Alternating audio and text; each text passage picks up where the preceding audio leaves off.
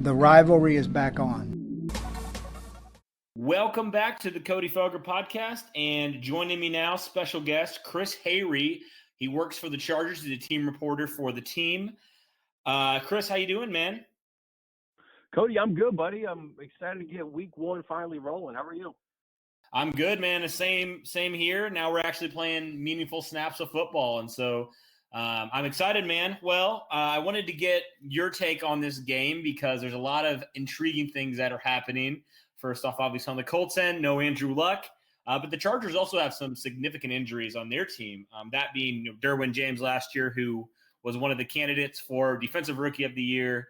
That's a huge loss for the Chargers. I think he should be out for a while and definitely out for week one. Then Melvin Gordon holding out, which is another big thing. And then also there may be a few other ones, but the other one that I really noted was Russell Okung, the offensive tackle, who's a big loss as well. So, Chris, I guess my question for you is how big of losses are these guys? And are there any other guys that are in question of playing when the Colts play the Chargers on Sunday? Yeah, well, Cody, I think anytime you don't have your all-pro safety and Pro Bowl running back and left tackle, obviously those are great players, and they've represented the organization well the last couple of years on and off the field. But yeah, it's going to be a loss. But I think you look at this Chargers roster and just the depth of the roster. And you start in the secondary, even though you don't have Derwin James, and I think you wouldn't be able to replace the Derwin James on any team in the NFL. But at the same time, you do have a secondary with 3 All-Pros in it, independent of James, and Desmond King and Casey Hayward and Adrian Phillips, who was an All-Pro in special teams, and kind of a jack of all trades in that secondary for the Chargers. So, of course, you're going to feel the impact of not having Derwin out there. But when you have a sound secondary and you have a pass rush, like a Joey Bosa and a Melvin Ingram and a Uchenna Nwosu in his second year and Isaac Rochelle, you're going to be able to get to the quarterback. So, I think that helps out the secondary. The rush and cover work together. But, offensively, Justin Jackson, Austin Eckler, the good thing about those guys is they've been in big spots before. Austin has really made a name for himself as an undrafted free agent. It's pretty amazing to see what he's done, entering his third season. And then Justin Jackson was kind of thrust into action last year. I think a lot of people who watched that Sunday Night Football game against the Steelers saw Justin Jackson come in, have 63 total yards and a touchdown that second half. So these guys have played in big games. They've been relied upon in big spots before. So, again, Melvin Gordon is a fantastic player, and the Chargers are better with Melvin Gordon on the team. But these are guys who have been there before. It's not like we're talking about unknowns here in the backfield. Yeah, for sure. And I wanted to, Chris, look at some of the matchups here. I think some of these key matchups. And you already mentioned a few of them. And we can obviously start with the first one you mentioned with the Chargers defensive backs versus the Colts wide receivers, because like you mentioned, the Chargers, while they don't have Derwin James, they have some proven talent back there. The Colts also have some talent in, guys who are more established as far as T.Y. Hilton, Eric Ebron, and then Jack Doyle coming back. Those are 3 guys who have made Pro Bowls at one point in their career as well. So what do you think the Colts have to do? You cover the team day in and day out. What do you think the Colts have to do from a matchup standpoint, to expose this Charger secondary, which is by all means, a very, very good one? Yeah, it is a good one, and it's a good question. I think you and I both are, there's a lot of speculation in week one because you don't know how each team is going to come out. We see preseason, we see a lot of vanilla stuff. I think both of these coaching staffs, they know each other very well and they have a lot of respect for each other.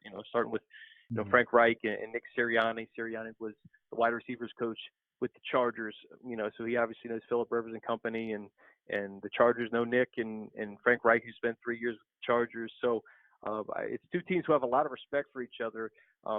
I think the T.Y. Hilton, Eric Ebron, matchups are going to be fascinating with the Chargers secondary. And then another guy who, I just talked to Stephen Holder at The Athletic. I want to give him credit for this because he mentioned Paris Campbell, the rookie, who has that speed. And, perhaps he gets involved at some point during the game. And Steven was talking about maybe reverses, maybe kind of getting him potentially in space there. So, Casey Hayward, a guy who didn't have the interceptions that he had in the past couple of years. You have him starting on one side. You have Michael Davis, an undrafted free agent for the Chargers, who has really just improved each and every year. Started the last 7 or 8 games of 2018. So you have those guys at corner. Desmond King, a first-team All-Pro in the slot. And the Chargers, as I think a lot of people who watched the playoffs, though, the linebackers were just decimated by injuries. You had to play a lot of 7 defensive backs in the playoffs. That's not going to be the case, especially starting out this year with Thomas Davis and Kaiser White and Denzel Perryman. All these guys are healthy and back. So it's a kind of a new look, healthier linebacking core. And, especially if you have to match up with a guy like Ebron, that certainly helps.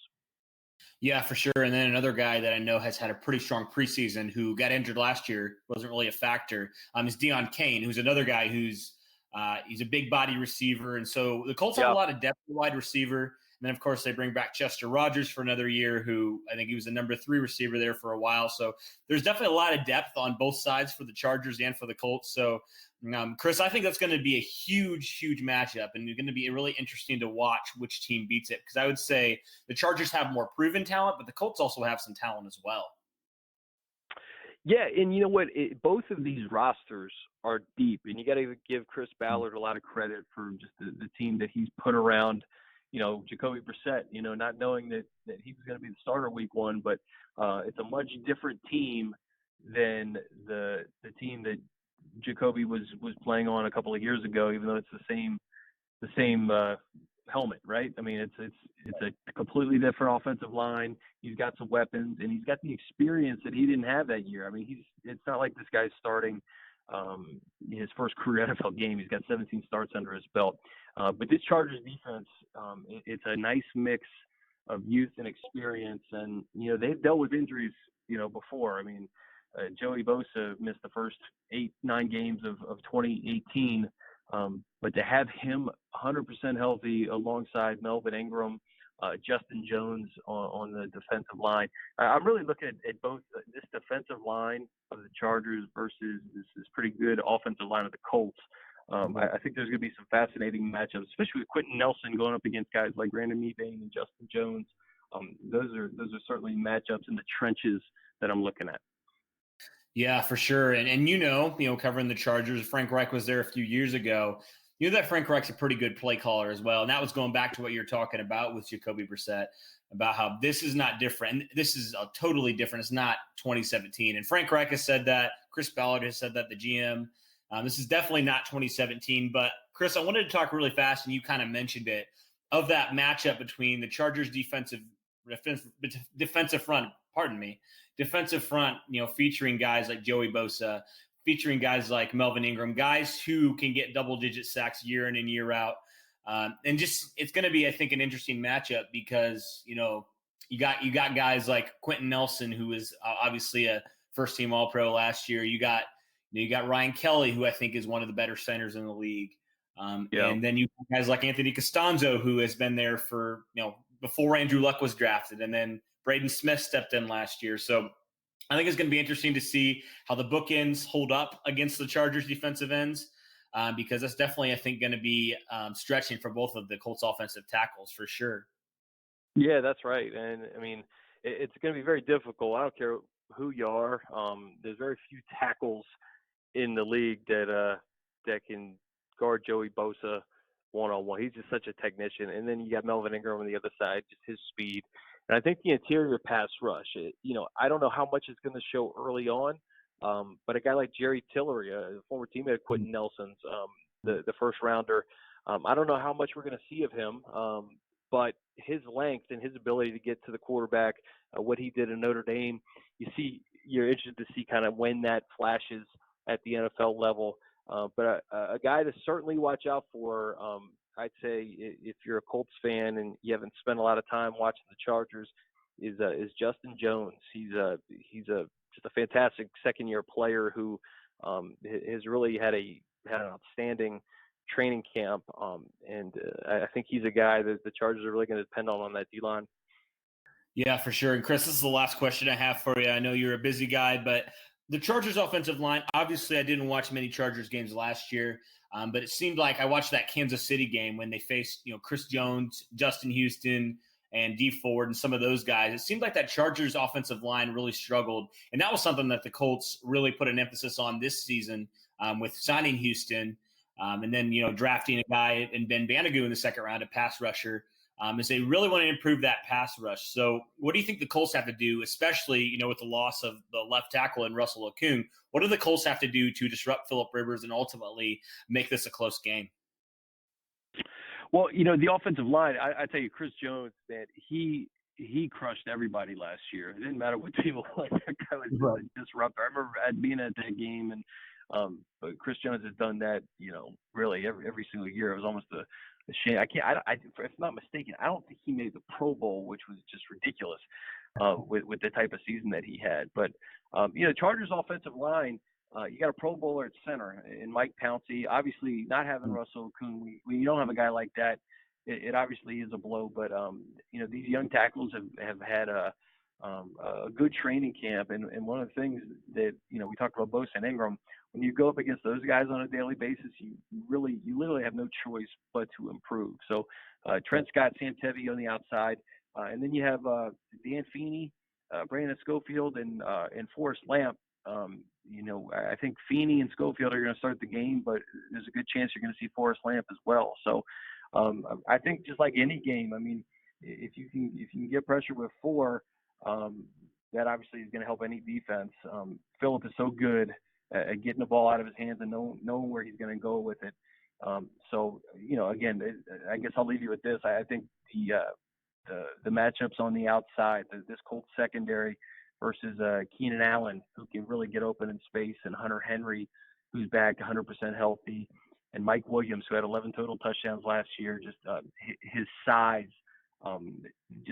versus the Colts secondary, and just the Colts defense in general. They're just a really good, sound unit. So I just think it's going to be a great game, Cody. I mean, these are two teams that I think kind of mirror each other in a lot of different ways. Teams that both won their first-round playoff game last year, teams with a very deep rosters who have Super Bowl aspirations. So, who knows? We could see these two teams again in January, which would make week one even that much more important when we talk about tiebreakers and all those things that come into play later in the year.